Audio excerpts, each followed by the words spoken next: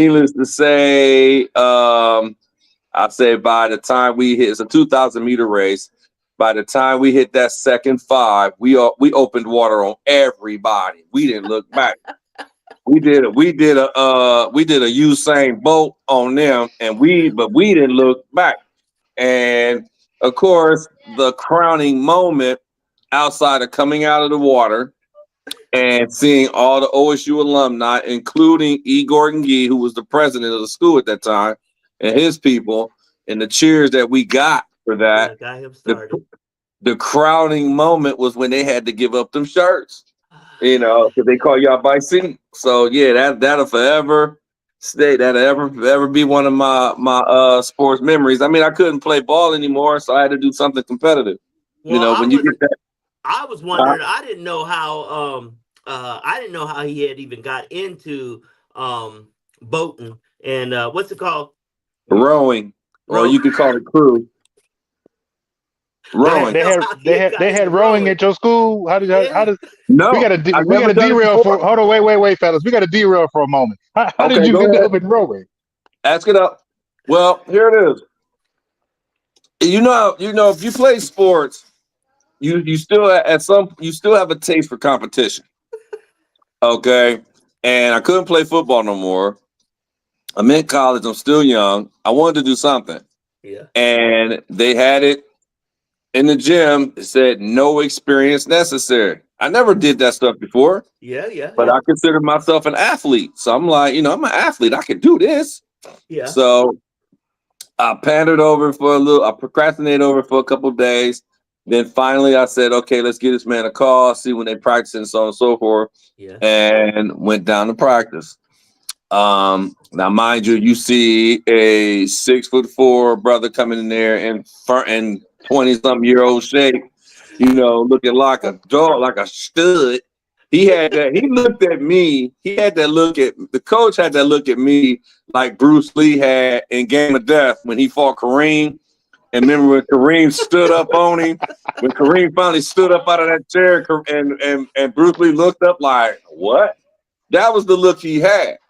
And so, like I said, I'd never done it before. It was tough to learn. I ain't gonna lie, it was tough to learn because that's a lot of stuff that you're doing at a very fast rate. And and I'm not even a swimmer. I can't swim. I'm not a swimmer. I mean, I can tread water now, which means if I fell out, I can do I can kick it all the way to shore. I always knew where the shore was at. Because I told my white teammates, I said, look, we got out of slavery, so I'll get out of this. So I was fearless, man. I was fearless, but like I said, rowing, I got in it because I had to satisfy that competition edge when I was still young. Mm-hmm. Yeah. Bowling I knew was always going to be there. Yeah. When I look at rowing ain't something you're going to do every day at that level. And we were actually the second best in the conference next to Wisconsin. Wisconsin was the top dog. Yeah, Wisconsin was the thing is because Wisconsin recruited their people. Oh, well, yeah. Majority of us was just they found cats like me that they basically put together like a thing of biscuits from scratch. Hey, what was your high school sport that you were good in? What was your high school sport before you got to college? And Henry, I played football. I played football. But we were not a football school in Akron. Yeah. Central Howard was not a football school. Okay. We were a basketball school. We were the basketball powerhouse.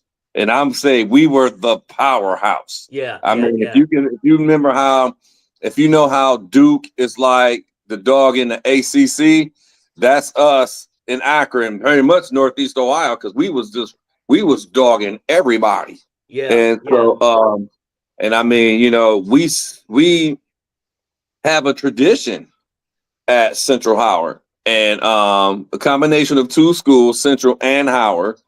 Yeah. One was, I think Howard was a trade school. I think it was how the story goes. And then the schools sat close proximity, so they combined the two schools. One was red and white, one was blue and white, so they just combined it. So there, the colors right there. Yeah. And we took the last name Eagles, which made sense because we had the red, white, and blue colors. Yeah.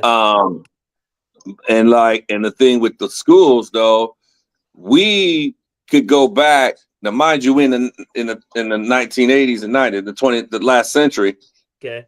we could go back to the beginning. We could go back to the early days of basketball. Yeah. And pull out championship trophies. We was pulling out trophies from the 1920s. That's how cold we was. Dang. Oh, we was dope. They weren't even letting brothers play then. Exactly. Dang. When you saw it was funny to see them. It was funny to see them pictures with like 12 or like 10 or 12 white dudes with that big old medicine ball.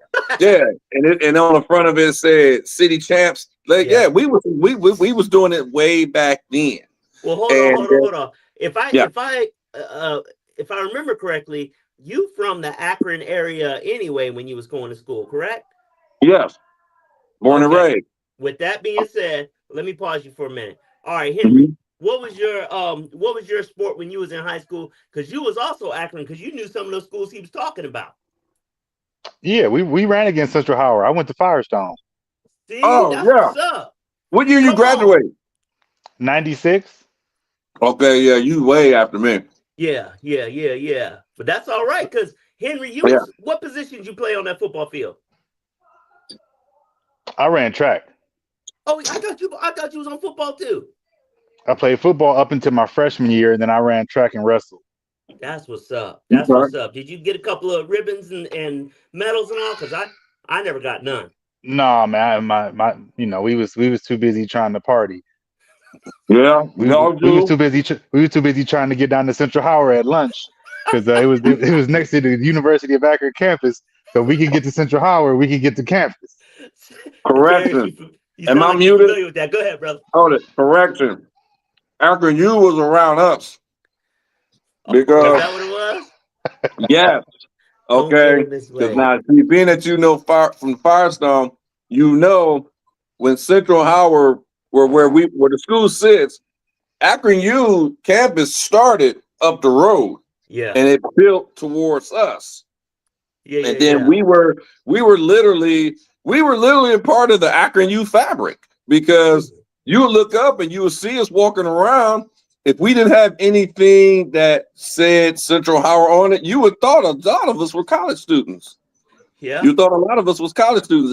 And by the time I got to my junior, senior year, I put on some muscle, put on some size, So it was one of those things where I was like, I'm a player, I'm a this and I'm a that. They thought I was a student. So didn't you have brothers and sisters that also was close in age where y'all was in school together in the church? My siblings were 3, 4, and 5 years in front of me. Okay. And we all went to the same elementary school at one point. Yeah. Mainly when I was in kindergarten. Yeah, when I was in kindergarten, I think that was the only year we was all there. Yeah. I think by the time I got to first grade, I think my brother would have been in junior high. No, he would have been, first grade. No, he'd have been in sixth grade. So, but that was the only time we was all in school together. I was wondering. And I had to deal with being a tall first, second, third grader, to where the fourth, fifth, and sixth graders would pick on me because they thought I was in their grade. Like, no, you see this baby face, So of course I had to take a few L's in the fighting department from them older kids too, because they had quick hands, And so then I got my get back though. Don't get twisted. I got my get back though, because when it came to me, see, now I was more with the military brats and all that stuff, so I had to live a couple of different places and all. And when it came to, I just put it to you this way: I ain't like to be touched. Don't touch me. I ain't like to be touched. So instead of going with the forceful sports and all that stuff, I went with the finesse and doing drumline and handling all that, and that worked out great and stuff. Now, I still I still look pretty much like freaking Webster, if you remember that back in the day. Hmm. But I mean, Yeah. yeah, it took me a minute to catch up with everybody else who was taller than I was, but I was fresh. I was flash and feel fresh is what they called it. So I was ahead of my Uh-huh. time. But that's all I got. I wasn't good. I didn't really get no ribbons or nothing though. So you know what? I think I'm done with that conversation. So that's what Sorry. that is. It's all right though. real, Could you play Flight real of the quick. Bumblebee though? Did you do Flight of the Bumblebee? Man, I heard people doing that. I refused. I didn't do none of that and stuff.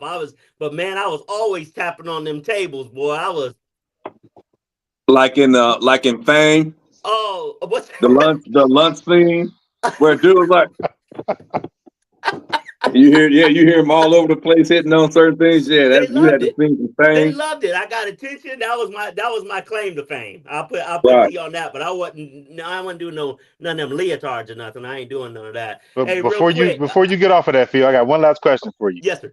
You know when your band is rocking, did people stay during halftime or did they go get the snacks during Oh, halftime? they stayed. I was in one of the suburbs of Atlanta, Georgia. So I mean, we was good now. We gonna do what we need to do. They love to right, see the drum line. And I wasn't just playing the bass drum or the snare drum. I was playing the quad. So I was do do do do do do. I mean, man, I could cross my hands over and do all that and flip the sticks right, and all that sort of thing. And shoot, I was doing okay. That's when I started getting to come up, when I actually had some kind of skill, that I could be like, all right, this is what I do. Y'all play soccer, you play football, you over there wrestle. Yeah, you look like you're the strongest dude, but I play these drums. And the cool thing right, was once I went to California during my senior year, they were like, because I was dreading the fact that I had to take a foreign language. When I lived in Atlanta, Georgia, they're like, you gotta have 2 years of foreign language. I was like, I guess I'm going to summer school because I ain't doing this during my regular time. I ain't doing that. I'm trying to right, stay eligible. C's getting right, degrees is what I was all about. And right, but when we went to California, they're all liberal. They're like, "What are you talking about? You've been reading sheet music since you were in eighth grade. You're done. You've completed your 2 years of a foreign language, if you will." I was like, "Well, God dog it, California, here I come." here I come. Yes, So sir. it worked out pretty good. It worked out pretty good. Real quick, this is HJ's Leagues of Extraordinary Gentlemen. We're here to just talk and let y'all in on some of the insights of what we've seen being in the almost 150 years we got put together, as well as different folks that may jump on and off as we go and we do these episodes and what have you. So welcome, welcome, welcome. We're happy to have you here.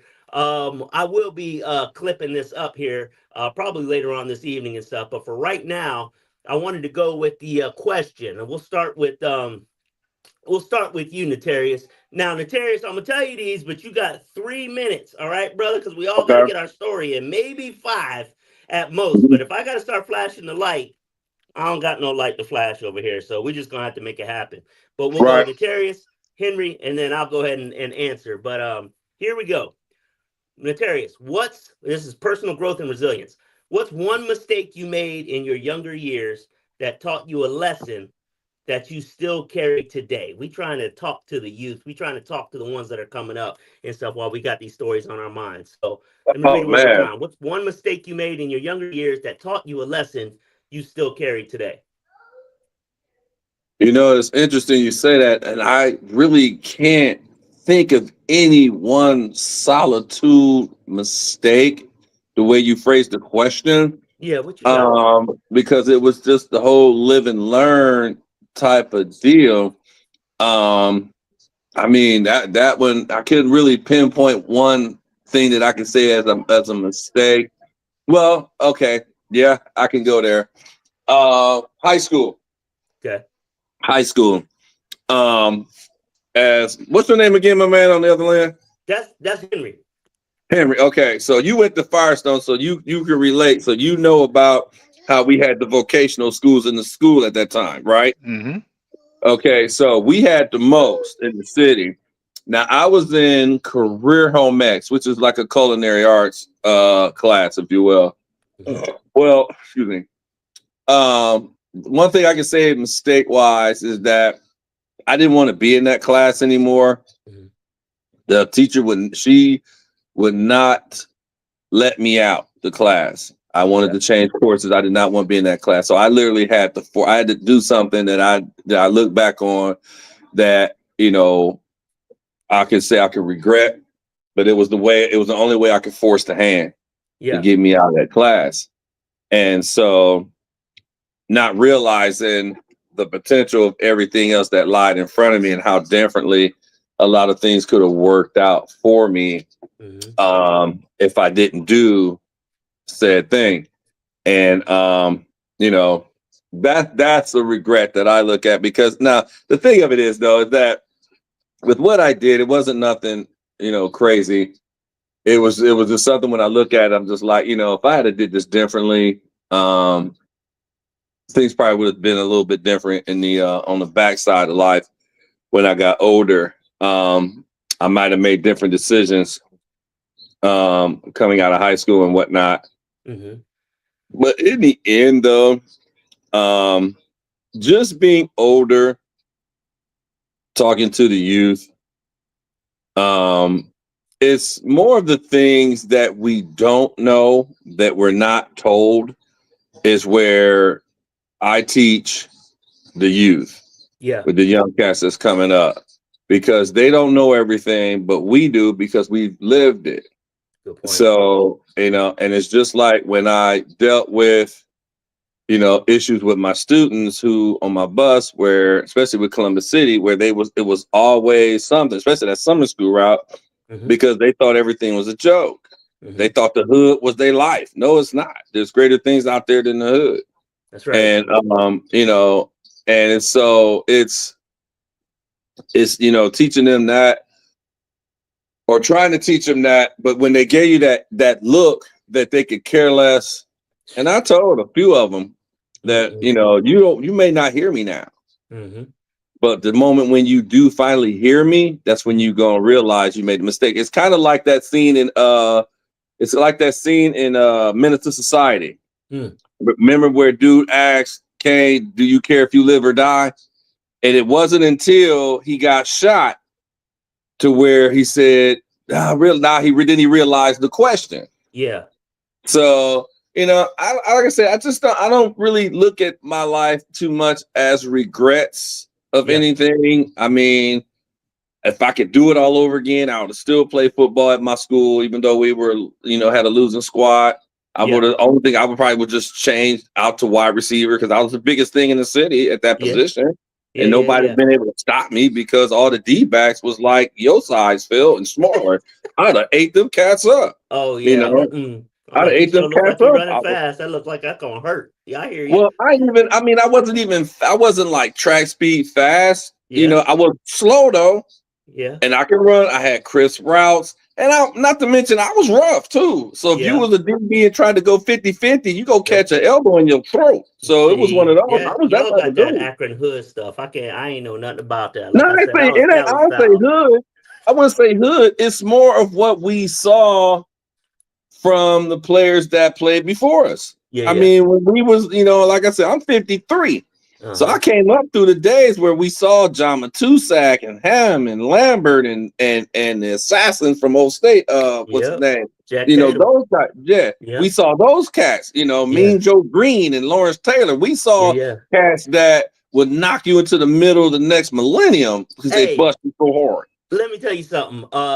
Jack Tatum. His name was John David Tatum, and that's actually my my middle name. Because him and my dad were roommates when they went to Ohio State, and they was best friends. And anyway, that's how I wanted to get my middle name was after Jack Tatum, the assassin. So that's kind of interesting. You actually said that.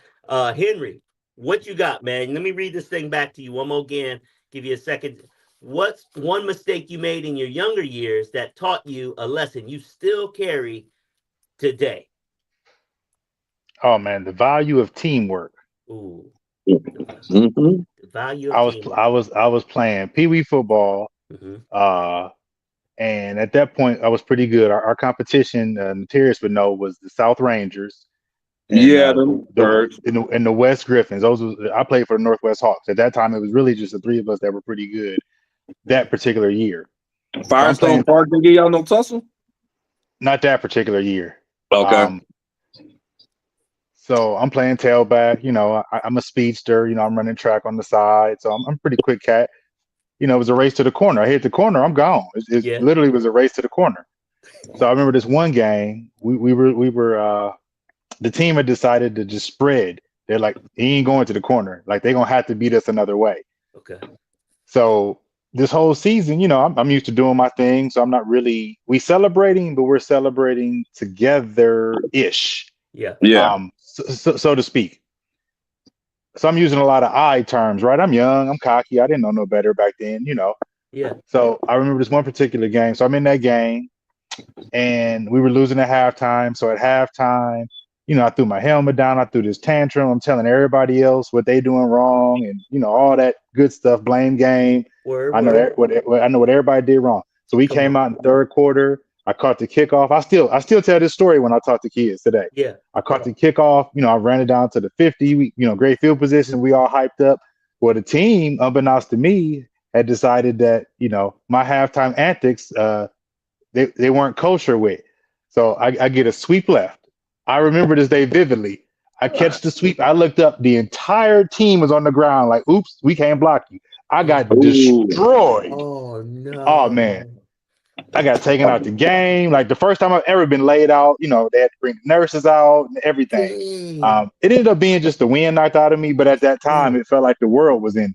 Oh Um, my gosh. So I'm on the sideline, nobody's coming to talk to me, nobody's coming to check on me. I'm like, man, I'm the team. Like, what's Word. what's what's the what's the hold up here? Word. So finally, after a couple plays, coach come over and he said, hey man, you going back in? I said, yeah, I'm good, man. I'm going back in. He said, nah, man, not till you talk to your teammates. He was like, you ain't even you so busy worried about you ain't even look left or right. Oh, come Like, on. and he was like, look, man, you ain't noticed ain't nobody coming to check on you, ain't nobody coming to talk to you. Like, that's not football. He was like, you lost the whole point of teamwork and the value of teamwork. So I literally Mhm. in the third quarter had to apologize to all my teammates. We had to call a timeout. We did the little 1-2. Everybody got together, came Word. back out and won the game. Um, Dang. but I remember that valuable lesson on the importance of teammate and celebrating your teamwork and celebrating your teammates. Yeah, yeah. Man, that's a good one, brother. That's a Yeah, good one. you You had said you even speak about that now in other circles and whatnot as Oh, a I still tell that story today. Like, yeah. I still remember that lesson very, very vividly. mm, So, mm, mm. And every Christmas, like when they show the things of the quarterbacks by their linemen, Rolexes, and I yeah, understand yeah. that's that sentiment. Yeah. That's right. Yeah, Well, you respect might. the line, brother. I hear you. I hear you. That's oh man, that's a good one. That's a good one. I was thinking about that question, and so what's one mistake you made in your younger years that taught you a lesson you still carry today? And so I guess that one mistake for me was uh it was it, it was learning the ladies. All right, it was learning the ladies. I didn't have a lot of ladies when I was when I was younger and coming up, but once I kind of started feeling myself and all, I was like, oh snap, I needs me a girlfriend. So I had my first girlfriend in eighth and ninth grade and stuff, and we going to JC Penney and taking pictures and all that stuff, and what I realized was I was too young, because we both looking up at something. I don't know what we looking at and stuff, but we just, the picture and all that stuff. And I remember doing that, and my mom was like, "Philip, don't get too serious." I'm like, "You don't know love like I know love." And so anyway, we went ahead and got that, and I'm telling you, I was too young, man, because it wasn't too long after that for some reason I was like, I don't like this responsibility. I feel too boxed in and stuff. Why is she acting like that? And and that kind of thing. And I was just like, man, Mhm. I wish that someone would have told me, hey, other than my mom, someone I'm actually listening to. I want to listen to my mom. I'm not trying not to, but you know how we are as kids and stuff. But I wish someone would have been like, hey, young fella, just slow back. All right. Just calm down. Act like you've been there. All right. Just kind of, relax and that sort of thing. As time went on and I moved out to when I did wind up moving out to California and stuff, I was kind of the new flavor in town, if you will, and so a lot of them was like, oh, who's this, and oh, he plays the drums, and he whatever skateboards and just kind of does his own thing, and stuff. And I was cool. I was cool with that. But again, man, you getting involved with them relationships. Let's slow down. I'm glad that there ain't no juniors or anybody running around. That's all I got to say about that. But my point is, Right. hey, young bucks, slow down. Ladies, calm down. You got the whole rest of your life to really get in there and have a relationship. And when you got a relationship, one of the things I used to tell my young men's group is I said, hey, the enemy trying to get you into bed before marriage. That's all they trying to do. And then after marriage, they trying to keep you out, bro. I said, whether it's the devil or whatever you think about, hey, just slow down and take it easy. Be slow and steady as opposed to fast and fragile. And like I said, fortunately, it didn't wind up being a crazy thing or nothing. But I think that was stuff that I had jumped into way too quick. I wasn't pretty much ready for that until I was at least in my 20s. Now that's just my part. That's just what I'm saying, because that is affairs of the heart. Don't play with them. Don't play with them. So, hey, so that's my one from there. Let me see if we can get to our next one. Notarius, let me see here. Tell us the story about a time you overcame failure or rejection and what you learned from it. Again, this is personal growth and resilience, so this might spark a different story, sir. Please, can you share? Say that question again. I got you. Let me see. It is, tell a story about a time you overcame failure or rejection and what you learned from it. Oh man. That's some Failure. that's You some say character failure right there. or rejection? Or rejection. Oh shoot. We're trying to be real talk. Well, I mean, when you talk about the girls and the ladies and things, I can think of a lot of rejections in that department. And just understood how to understand that, when you talk to the ladies that, you're going, there's a chance she will say no. Yeah. As far as failure, oh my. When I think of failure, sometimes I think of my kids. Okay. And where they're at and what better things I could have done for them. Being a better father. I wasn't no deadbeat, but I mean, just being a better father, doing things a little bit differently than what I did. I mean, because they did turn out fine. Yeah. With my oldest, could I have had less arguments with his mother? Yeah. I mean, was it easy to do? No. I've had the failure of losing a good job with the post office. And I'll share this. I'm not afraid to tell this story. Lost a job, best job. I can say probably one of the best jobs I had and lost. And it was my fault completely. And I was just so distraught because after losing that job, my bank account got wiped out. I mean, it was just like if you want to say the sky fell, it fell. And it was one of those moments where I was so distraught that everything, it was kind of like this. It was kind of like the song Mind's Playing Tricks on Me. Yeah. Where he was talking about, well, I didn't drink and drive, but I did have those suicidal thoughts. Yeah. And that depression,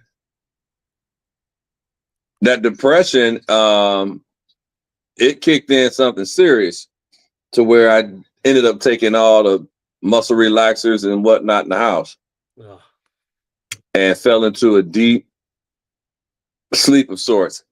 I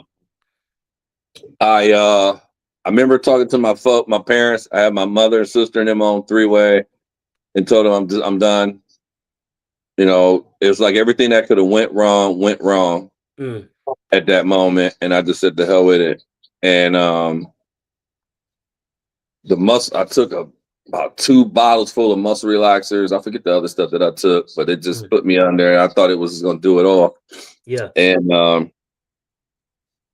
I remember just laying there like a jellyfish. and in a dark box. Is what it felt like. So if you remember, like when that's why I could actually relate to what Jamie Foxx was saying in that special he just did recently. Yeah, saw Because that. I was kind of there, but it was his seeing of what he saw was different than what I felt. It was that dark box, and by the time I woke up, it was, I was in the hospital, Dang. and I'll never forget that moment because even after the deal with the hospital, we got hit with a level 3 snowstorm. Oh. And I remember all I had on was that nightgown, nothing else, nightgown, Cheeks out the and, back. and the little footies. Yeah. And we was out in the ambulance. They was taking me up to the, I guess, safe house or whatever they got where you gotta go to when you do that type of stuff. Yeah. And they was slipping around in that snow. And I'm like, okay, God, you better get me through this.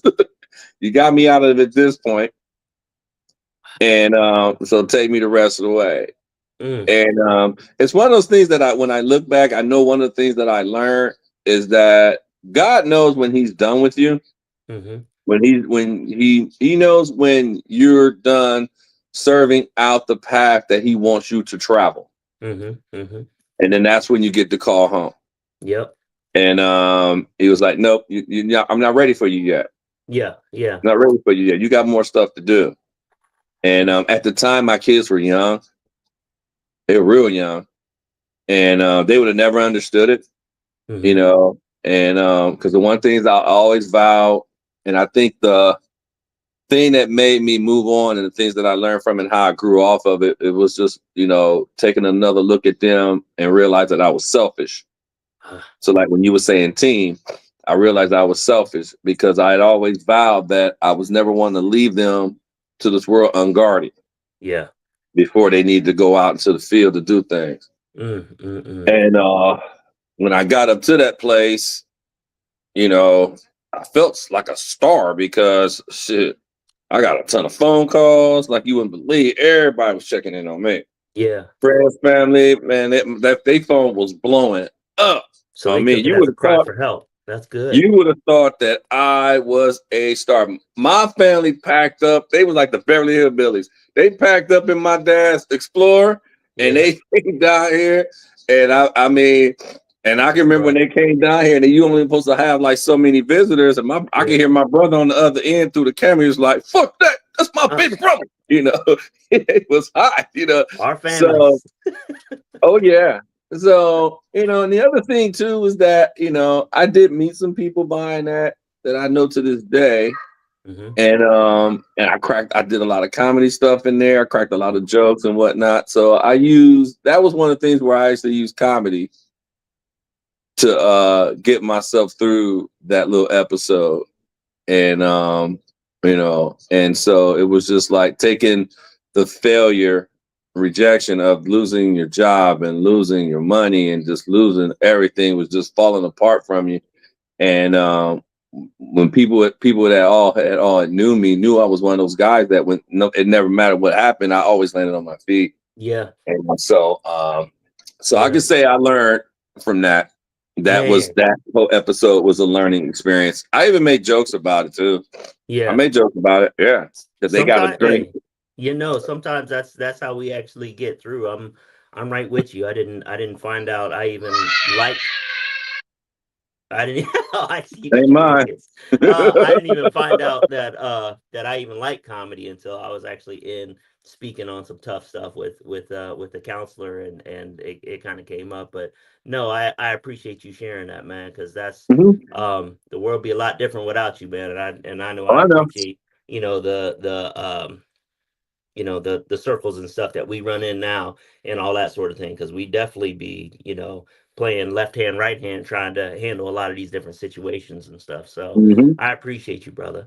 Mr. Henry, let me read you the question real quick. Tell us the story about a time you overcame failure or rejection and what you learned from it. I don't know if it's a time. I'll say it was a very long life season of not wanting to deal with the mental health and the trauma and the stress that was happening in my life. Mm-hmm. I just buried myself in work. And that's one of my regrets, and that's why I use it as a failure. That I think had I dove into my mental health and actually addressed it and understood that what was going on at that time in that Mm-hmm. season of my life, Mm-hmm. that I would have been a better father, a better husband, a better friend, a better dot dot dot to a lot of things. But because the term was so stigmatized, that seeking help wasn't popular, what wasn't common, and at that time in my life, I wasn't. I'll use the word strong enough to break social norms for personal growth. Mm-hmm. Um, so in that lane though, it took me till I was in my, I'm 47 now. It took me till I was in my 40s before I actually, got a therapist, talk about it openly and honestly with my friends and family, Mm-hmm. um, and actually, journal and do things that benefit me and that promote me, which make me a better father, husband, dot dot dot. Mm-hmm. But definitely as a failure though, man, it's not taking the time for self-care. One of my really good friends says this all the time. If you don't self-care, won't nobody else care. Ooh, that's Um, good. That's good. yeah, man. So sometimes I just sit in that moment. Um, so when I think of it, the question of failure, I think it's giving people the permission to be themselves and seek the help they need. Yeah. Some people are going to be self-starters and just go do it because they feel the need to do it. Yeah. Other people's are going to be led by God. I got to put you through this to put you here to get the help that you need. Yeah. Yeah. And other people are just in this limbo of, I know I'm going through something. I know I'm stigmatized and traumatized, but I need somebody to hold me by the hand and say, let's go do this. And I'm going to walk with you. That's good. Uh, um, so a story that comes to mind real quick when it comes to that is, so I've been in this fantasy football league for about 20 years now. Back when we were doing it on pen and paper, when fantasy football first started, and we had a guy in our group. We were all close. I mean, we put golf, went and watched football games together every Sunday. Checked on each other, text messages, the normal guy stuff, right? We didn't Yeah. see any signs. Yeah. Well, one night we get a phone call that he had committed suicide.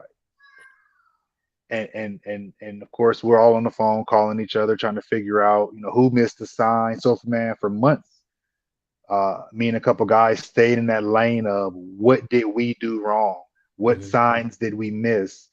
I mean, we replayed every conversation, every time we were together, you blame yourself for every time the phone rang or a text came in that you didn't respond to because Yeah. was he trying to say something or let us know something. But because during that time, to relate this back to failure, because I wasn't taking care of my own mental health issues and taking time for myself, I don't even think that if he gave me the signs outside of point blank saying, this is what I'm thinking about doing, I don't even Mm-hmm. know if I would have noticed them. Wow. Yeah. Yeah. That's tough when you actually look at it like that. And I can totally. I think I'd have done the same thing and stuff. There's so many times that you see people having a tough time, and you may not even notice it. And man, that's a tough one. Was it just him, or did he have family, or? No, he had just got married. They had a young one at home. I mean, young one at home. Yeah. I mean, couple of months, young Yeah. one at home. But Wow. Wow. um, That's a hard one, man. That is yeah, a hard one. yeah, man, it's tough when there's somebody you're around a lot because you think that person and what they're going through and that you're close enough that Yeah. they would say something or Yeah. lean on you. And I mean, I'm reflecting back now, as the age that I am, this was probably, I don't know, 11 to 14 years ago, somewhere in that range. Okay. So like I said, man, to be truthful, when I think of it as a failure, I don't even think that I was in a headspace that I would have noticed the signs were there. Yeah. Yeah. Yeah. And That's a true failure, man. What kind of, like when you think of the word friend? Like if he was calling out for help, and I'm not going to talk about what nobody else feels, or the other guys in the group. I'll let them speak for themselves. Word. But I felt that guilt and remorse, and even to this day, like because I still see his ex-wife at and their daughter just graduated high school a couple years ago. So when you get to see all of that stuff, man, it's it brings back those flashbacks. Like, what could I have done differently? And that's why now, as you know, Phil, as my friend, Yeah. I operate differently because I don't want to miss those signs, or I don't want to miss, or I don't want you to feel like I'm going through this. I can't call Henry. Like, Yeah. he, Yeah. Man, that's you say that right there, and it reminds me of in relationships. Hey, you have hard times and different things, and you and I go back to at least what 13 14 years. I think what 2000 2009 2010 is when we met. um through our wives working together and stuff, and just want to be best friends ever since. But uh, one of the things that I remember from the standpoint of failure or rejection is I know if I say I'm going to do something and I actually put it out there to get it done, it kind of makes it a little more real, for me. And I had taken my time to really, really study for this promotional exam at the fire department. And I wound up having to study this thing. What, probably I took that test 3 4 times, and I just didn't score high enough except for once. And but unfortunately, due to some politics and whatnot, um we didn't me and two other guys didn't get a promotion. And after that I was tired. I couldn't study anymore, because you had to do this test like every 2 years, but it was highly, highly competitive, because we're all sitting there's 120 150 people on the fire department, and there's only two, three, maybe four spots that would get promoted in a 2 year period, and you would have to base it on when folks were retiring out and everything. But I remember when I first got really serious, I wrote on the refrigerator. I made like a little bar chart, and I had like these 7 different books that I had to really pay attention to. Company Officer, Ladders, Search and Rescue, Hazmat. Um, uh, what was one of the other ones? Uh, uh, I forget the last one.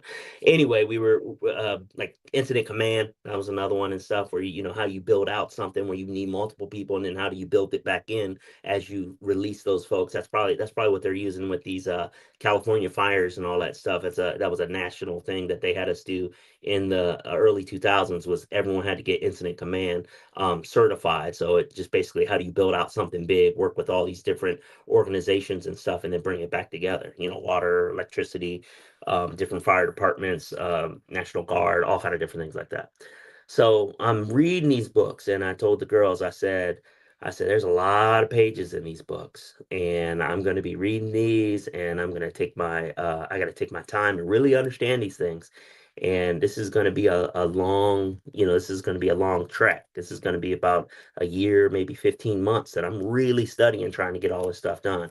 And I said, I don't just need to read the books once. I need to read each of these books probably 7 or 8 times before the test. So I'm going to mark on this bar chart, where it is. Because I knew if I had my little ones, my I think Faith might have been 6 or 7 years old. That would have made Layla 5, or 4 or 5 years old and stuff. And I said, you can watch, and I will keep these colored in, so you can be like, Dad, are you studying? Are you doing what you need to do? And you can see me as I read these books. And then I'll put ×1, ×2, or I'll put like little hash marks and stuff. And so they would watch it, and I had it colored in and stuff, and it was right on the refrigerator where they could see it.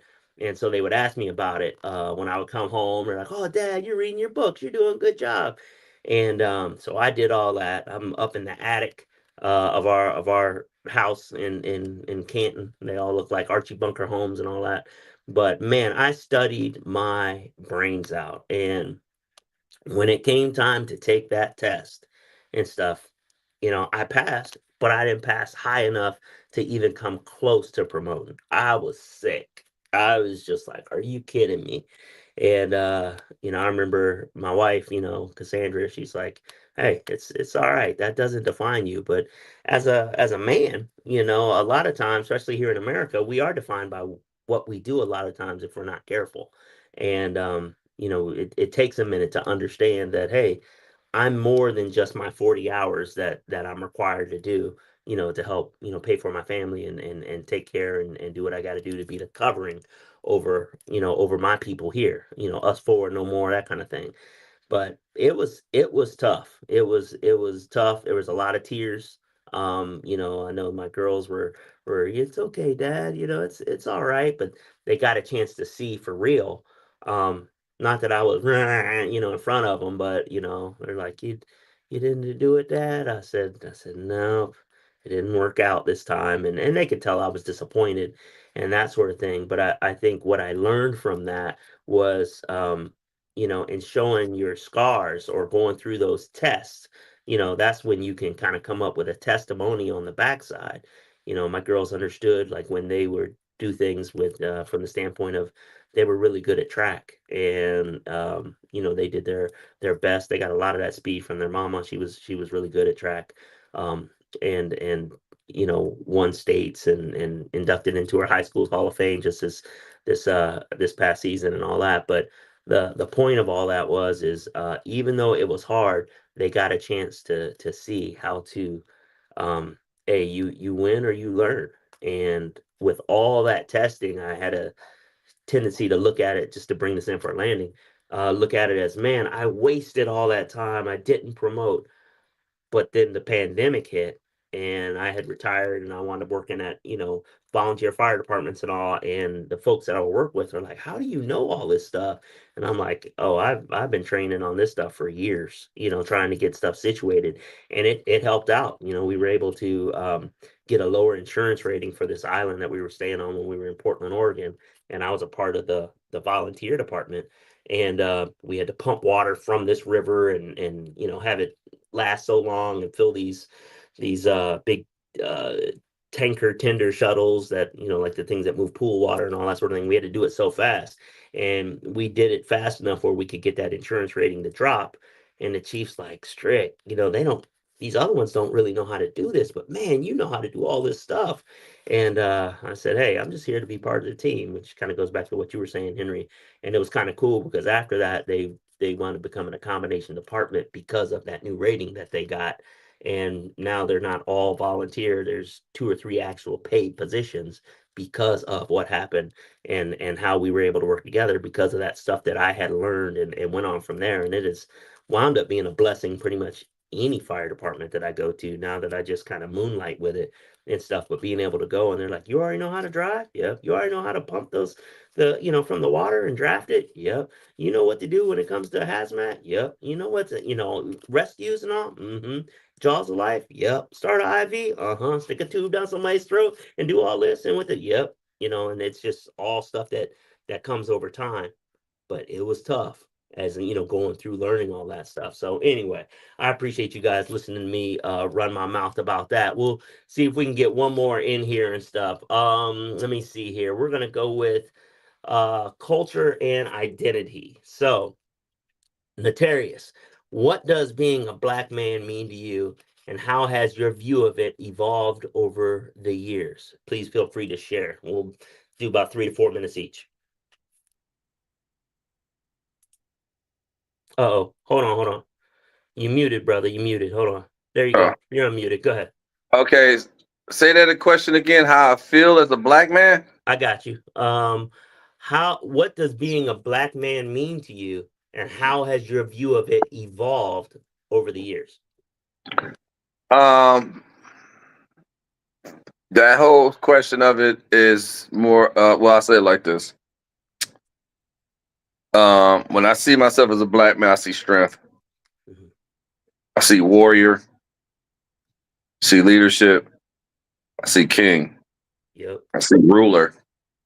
I see being dominant, knowing when to be kind, but also know when to be stern.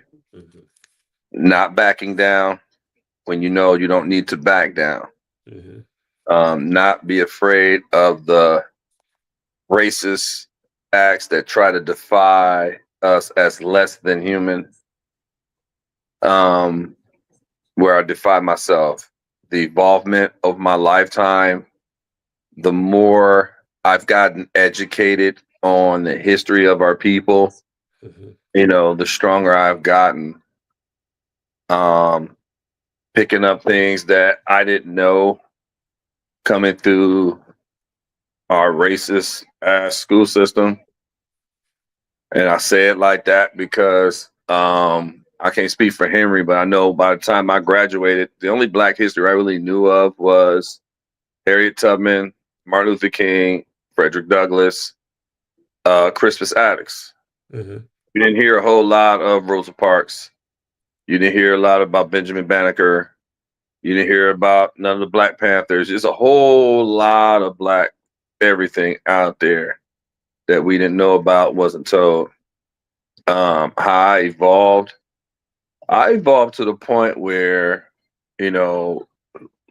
like certain white folks don't want to be around in the room with me because they see there's no fear.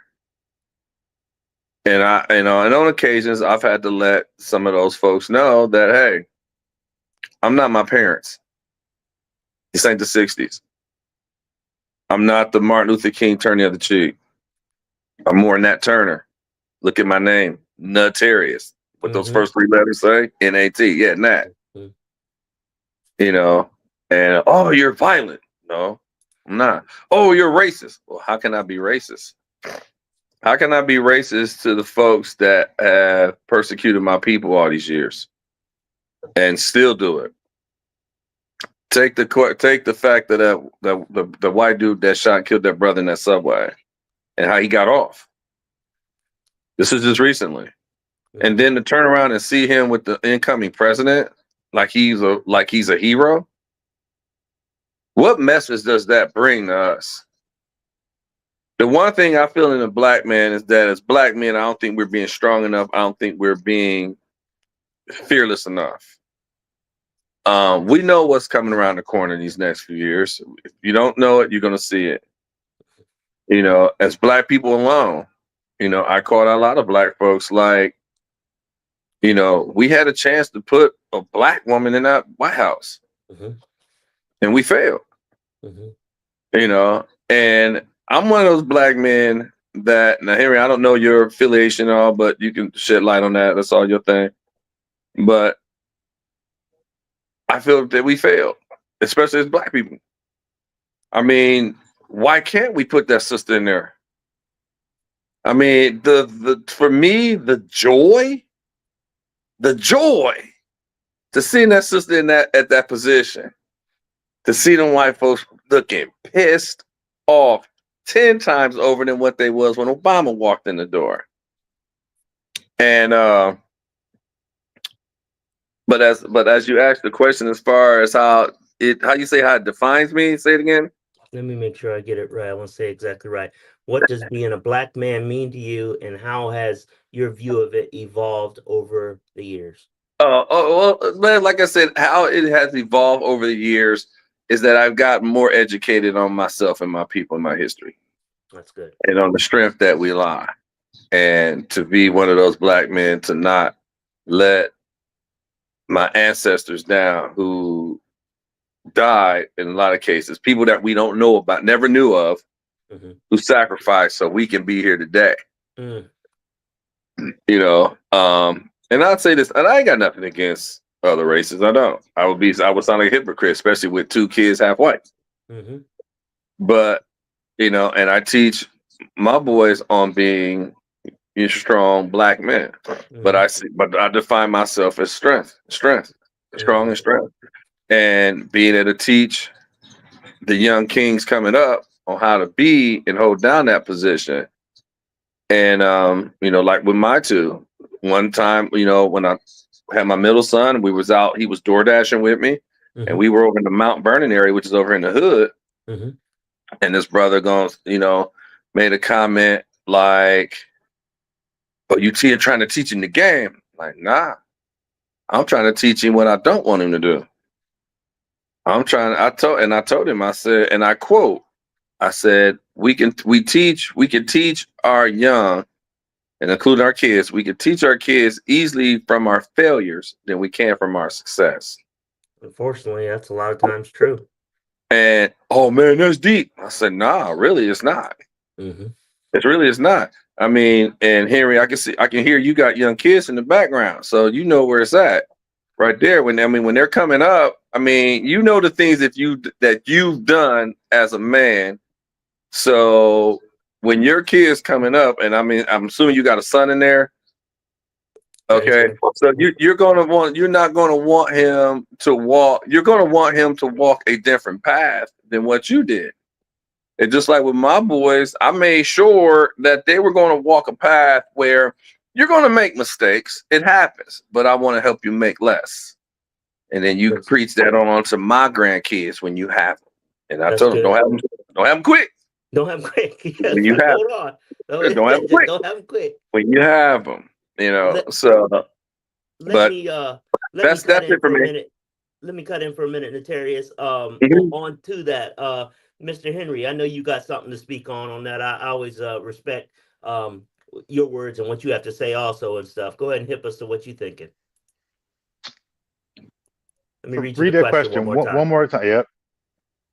What does being a black man mean to you, and how has your view of it evolved over the years?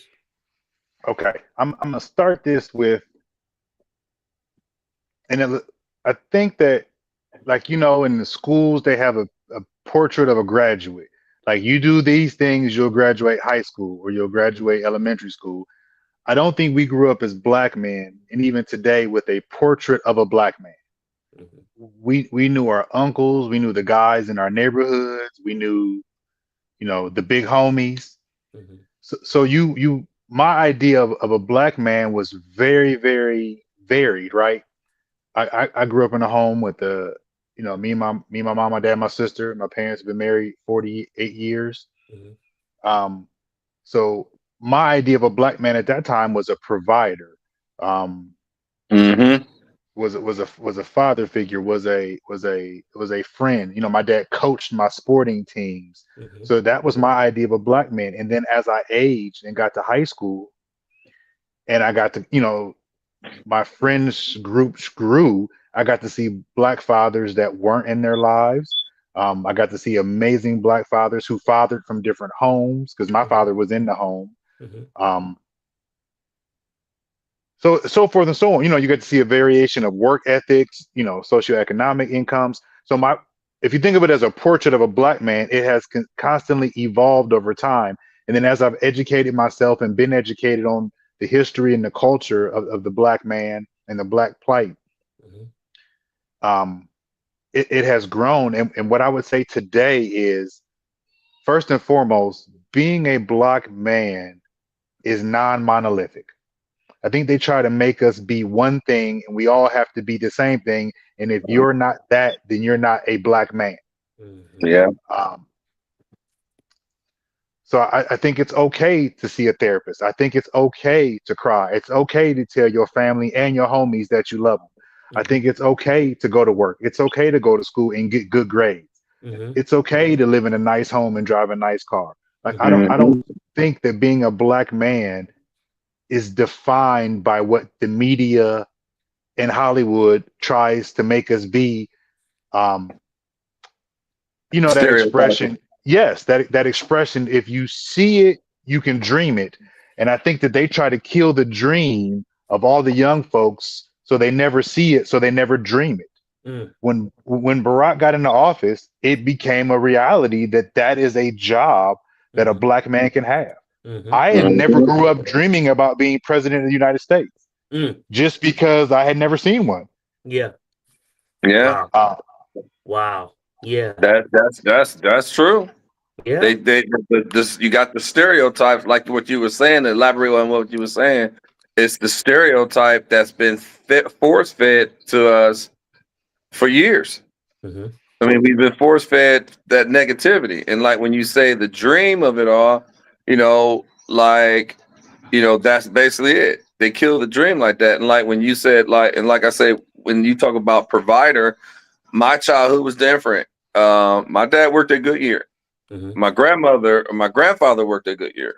Mm-hmm. So we had some tire folks in the family right there. Mm-hmm. Back then, at least I could say over in the east side of Akron area, for sure, Lovers Lane, Arlington, Brown Street, over in that Mm-hmm. area. Mm-hmm. Even my minister that I grew up with, all worked in the tire factory. They all drove Lincolns, Cadillacs, Oldsmobiles. They were providers. Mm-hmm. And them brothers back then, they did not struggle. Mm-hmm. They Mm-hmm. did not struggle. Now I can damn sure know if my dad, as the provider, showed me basically how to pinch the pennies and Mhm. how to, be that man. Yeah, you're gonna be a provider, but also know how to be thrifty when you have to. Word. Because it was never um nothing uncommon in our house to be fishing. Mm-hmm. My dad would be hunting. I tried it, failed. Uh, but that's to me out the black. Well, I'm glad you said that, Henry, because that just brought that into my thoughts on what I saw as a young black youth coming up. And like you say with Barack Obama, you had we had never saw a black. You never dreamed of that because, like you say, we never saw a black man in that position. That's true. And then, That's of true. course, for the young, and sadly to say it, for black women, they had a chance. They had a chance to see a black woman do it, but you know, didn't That's not what happen. America wanted right now. Yeah. No, I But get I I you. mean, think I In the think the majority. black woman, just real quick, Phil, Yes, sir. uh, just to piggyback on your point, Terry, I think the yeah, black woman does an amazing job of raising queens, Mm-hmm. yes, and turning our young black sisters into from princesses to queens.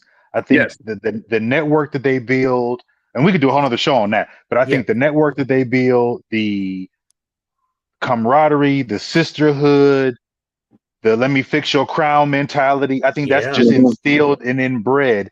And I think as black men, we don't do enough of that. I Mm. don't think we do enough of gathering purposefully and intentionally.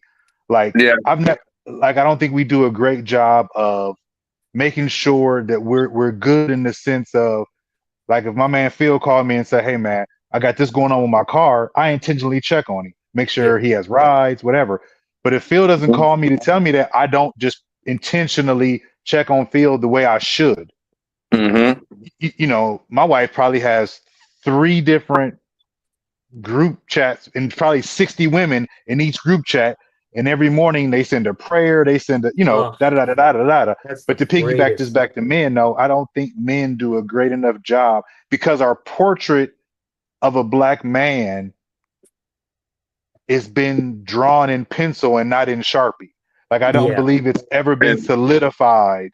So Yeah. we spend our days doing the best we can do with what we have. And don't be wrong, we've done an amazing job, yeah, but I think we can do better. And I think formats like this give us the space and the permission to have this open dialogue that we wish that we could have with our friends and open mindedness and bring us together. Um, so anyway, Phil, I know it's your time to go. We No, winding no. down, but that's my thought. I appreciate you saying that. I appreciate you guys sharing and stuff. I'll try to keep mine brief. Coming up as a black man, here we go.